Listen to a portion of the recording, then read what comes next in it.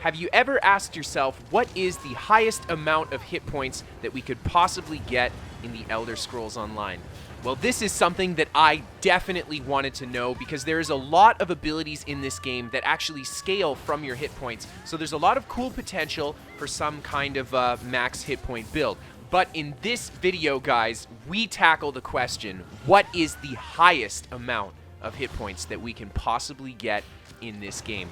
So I have got a build for you guys here today. I went on the PTS and I put together the highest hit point spec that I possibly could. Now this build is not really viable for general combat, but you can definitely make some adjustments to it to make it really great for combat. For the sake of this video, I just wanted to see what that highest health value we could hit would be. So without further ado, guys, let's jump into that build.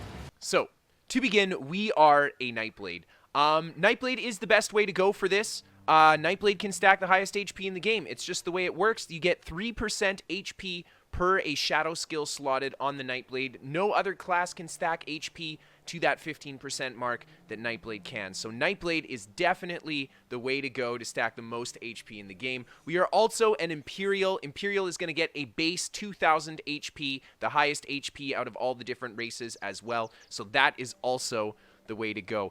So let's take a look at that hit points when we are fully buffed. We are coming in at 101,856 hit points on this build. Now this is an insane amount of HP. I was really hoping that we could breach 100k on this build, and I'm so happy that we did. Now, not only are we rocking this huge amount of HP, but we can actually have some pretty great sustain on this build to go with it. Pretty decent magicka stamina and health recovery, but we are doing this build for the sake of stacking that HP as high as possible. So our weapon damage, weapon crit, spell damage, spell crit are all very low. We didn't really focus much on there. And then our physical spell resistance is just reflective of the fact that we are in heavy armor, and of course I put a few CP in there as well. Our crit resistance is coming entirely from champion points. We have no impenetrable on our gear, and that's part of how we can push the HP so high.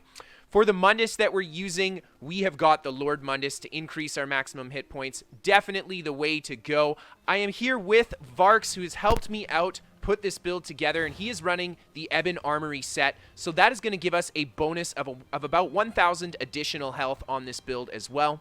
We have the minor toughness buff. Now this is coming from two sources on this build. The first source is Varx. He is a warden as well, so he will be giving me minor toughness. However, you can use Warhorn on the Nightblade to get minor toughness for yourself. It does not call it the minor toughness buff in the Sturdy Horn. However, this is the same buff. It doesn't stack with minor toughness. So you can get it from either of these two sources on this build. And then finally, we also have the Fortified Aelid health bonus for a 10% bonus to our maximum health for a 30-minute duration. And this comes from an Aelid well, and you can find these all over the game in PvP and outside of PvP as well. Now, something I did want to mention is that the Battle Spirit buff is also going to provide us with 5,000 base hit points as well. Being in PvP just gives you a little bit more HP, so that's going to help stack our hit points up to that 100k value. And finally, for the food that we're using, guys, we have got Limith Garlic Hagfish, 6,600 health for 35 minutes.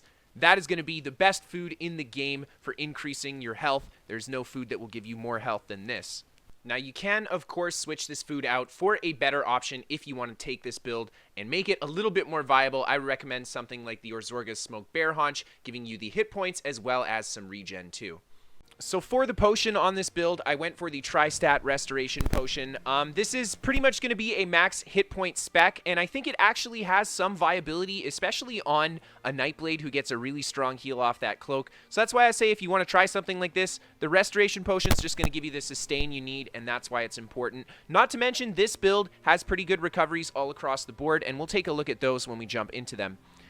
So, taking a look at the sets that we've got, guys. We have got the Maw of the Infernal and Valken Scoria as our one pieces in our monster helms here, each one adding maximum health on the one piece. So important to get that stack there. Our next set that we're running is the 5-piece Plague Doctor. This is quite simply put the highest amount of maximum health stat out of any set in the game. Plague Doctor is going to give you that. So that is why we've gone for the Plague Doctor set here. Huge amount, 4,000 on the 5-piece. Oh my god.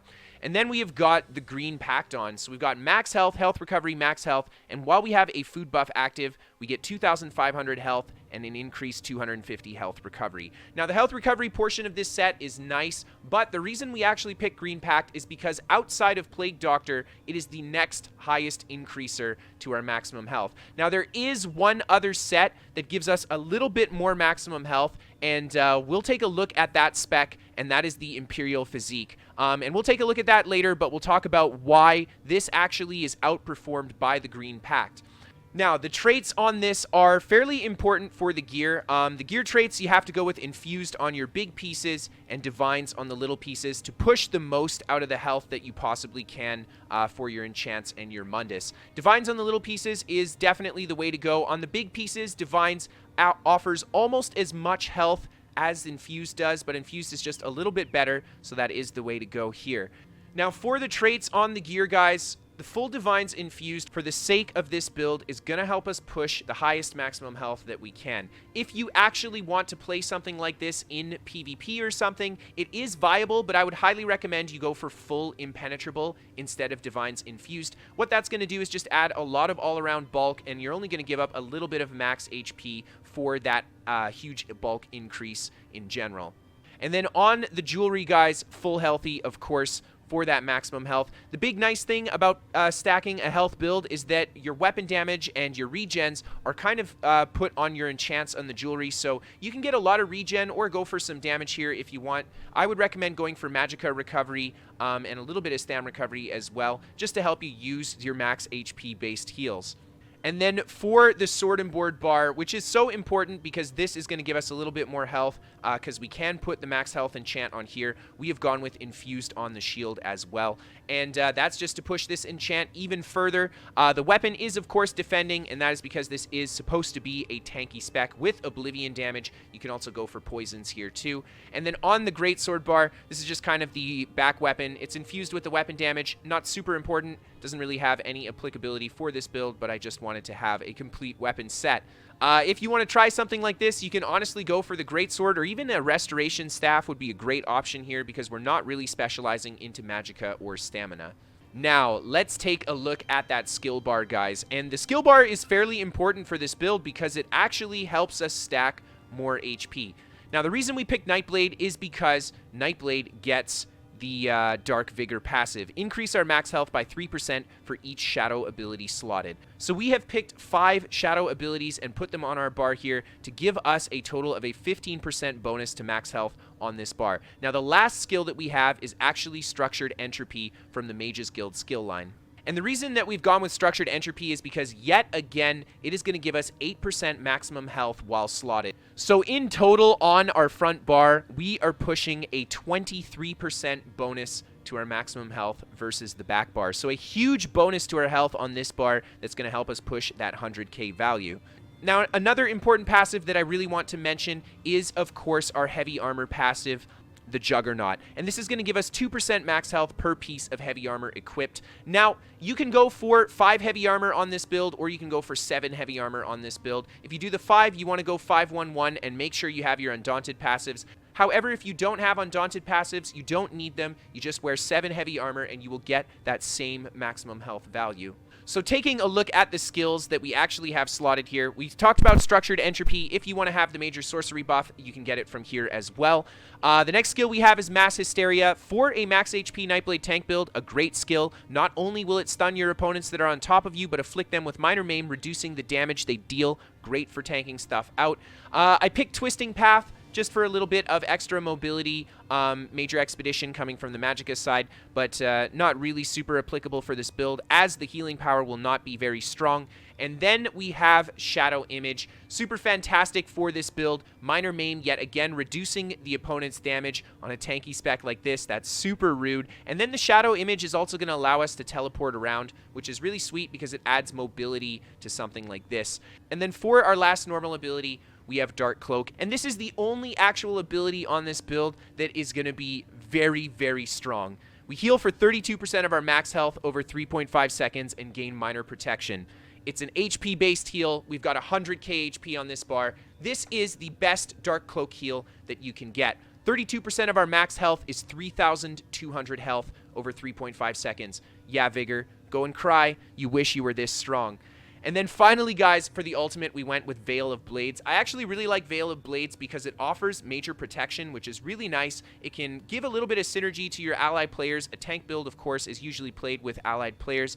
And then finally, it is, of course, a shadow skill, giving us a little bit more max health on this bar. Now, taking a look at the back bar, guys, like I said, the back bar is going to be pretty much a support bar. There are no really important skills to have on this bar outside of your sturdy Warhorn, and this is going to give you access to that minor toughness buff for 10% additional health if you don't have it with a friend on a Warden like I did in this video. As for the normal skills on this build, you pretty much just want to add whatever skills you feel like are going to help you in the situation that you're in. So if you want to PvP on something like this, I would recommend looking at things like Purge, maybe Snare immunity off of the Forward Momentum morph here instead of Rally, or even Rapid Maneuvers is a great option, not only for yourself, but group mobility as well. Gap Closer is also a good option here. And finally, if you want to take something like this into a dungeon, you can put Inner Beast here so you can have the max HP possible on your Sword and Board bar and get your pull off your back bar here as well. And for the champion points, guys, we're just going to take a quick look through it. I'm going to talk about the different things that you want to run if you want to play a build like this in the game. But for the sake of this video, we're not going to go too in-depth. What I do want to say is that putting at least 100 points in the red tree or having a total of 300 CP will give you your 20% bonus to HP that champion points give you. So you have to have at least 300 total champion points in order to have the maximum hit points possible in this game.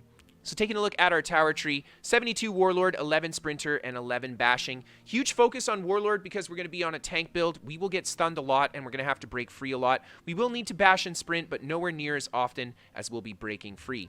In the Lover tree, we've got 49 Mooncalf, 49 Arcanist, and I actually have 23 in Tenacity.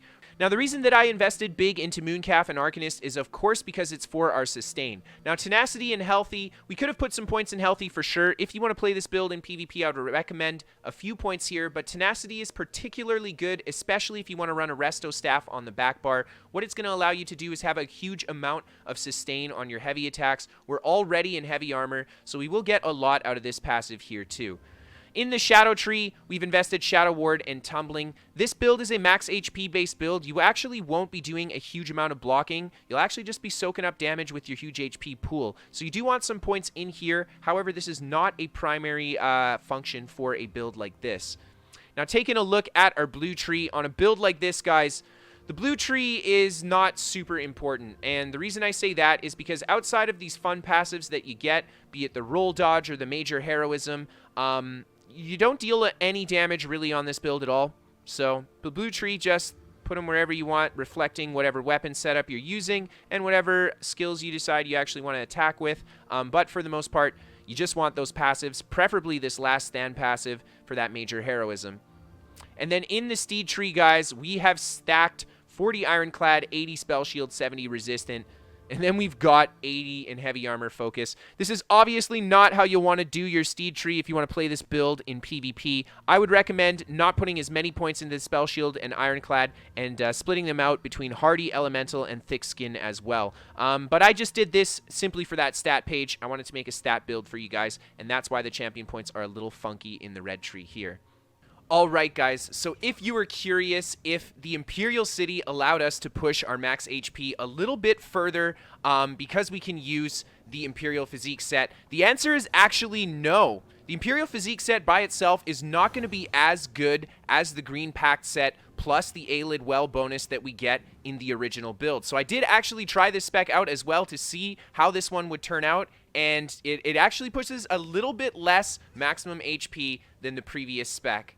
So that is the end of the video, guys. I hope that you enjoyed this build, and I hope that you got some cool ideas from it, or just had fun checking out the maximum hit point spec in ESO. So if you guys like this video, hit that like button. If you guys are new here, hit that subscribe button. I play live on Twitch. If you guys want to catch me live, you can check out my Twitch channel. A link to that is in the description below. If you guys want to submit a clip for a top 5 PvP clips or send in a build to be featured on the channel, you guys can send that to KristoferESO@hotmail.com.